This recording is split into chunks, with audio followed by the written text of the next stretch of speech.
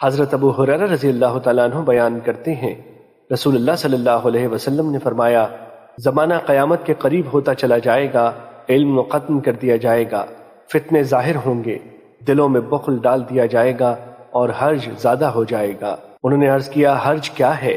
آپ صلی اللہ علیہ وسلم نے فرمایا، قتل۔ مشکوٰۃ المصابیح حدیث نمبر 5389۔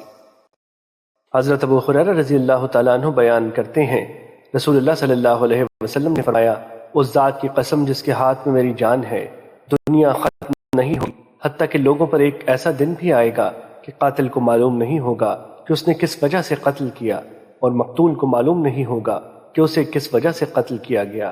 عرض کیا گیا، یہ کس وجہ سے ہوگا؟ فرمایا، فتنے کی وجہ سے۔ قاتل و مقتول دونوں جہنمی ہیں۔ مشکوٰۃ المصابیح حدیث نمبر 5390۔ حضرت معقل بن یسار رضی اللہ تعالیٰ عنہ بیان کرتے ہیں، رسول اللہ صلی اللہ علیہ وسلم نے فرمایا، فتنے کے زمانے میں عبادت کرنا میری طرف ہجرت کرنے کی طرح ہے۔ مشکوٰۃ المصابیح حدیث نمبر 5391۔ حضرت زبیر بن عدی بیان کرتے ہیں، ہم حضرت انس بن مالک رضی اللہ تعالیٰ عنہ کے پاس آئے تو ہم نے حجاج کی طرف سے ہم پر ہونے والے ظلم کے متعلق ان سے شکایت کی، تو انہوں نے فرمایا، صبر کرو، کیونکہ تم پر جو وقت بھی آ رہا ہے اس کے بعد آنے والا وقت اس سے بھی زیادہ برا ہوگا، حتیٰ کہ تم اپنے رب سے جا ملو۔ میں نے یہ بات تمہارے نبی صلی اللہ علیہ وسلم سے سنی ہے۔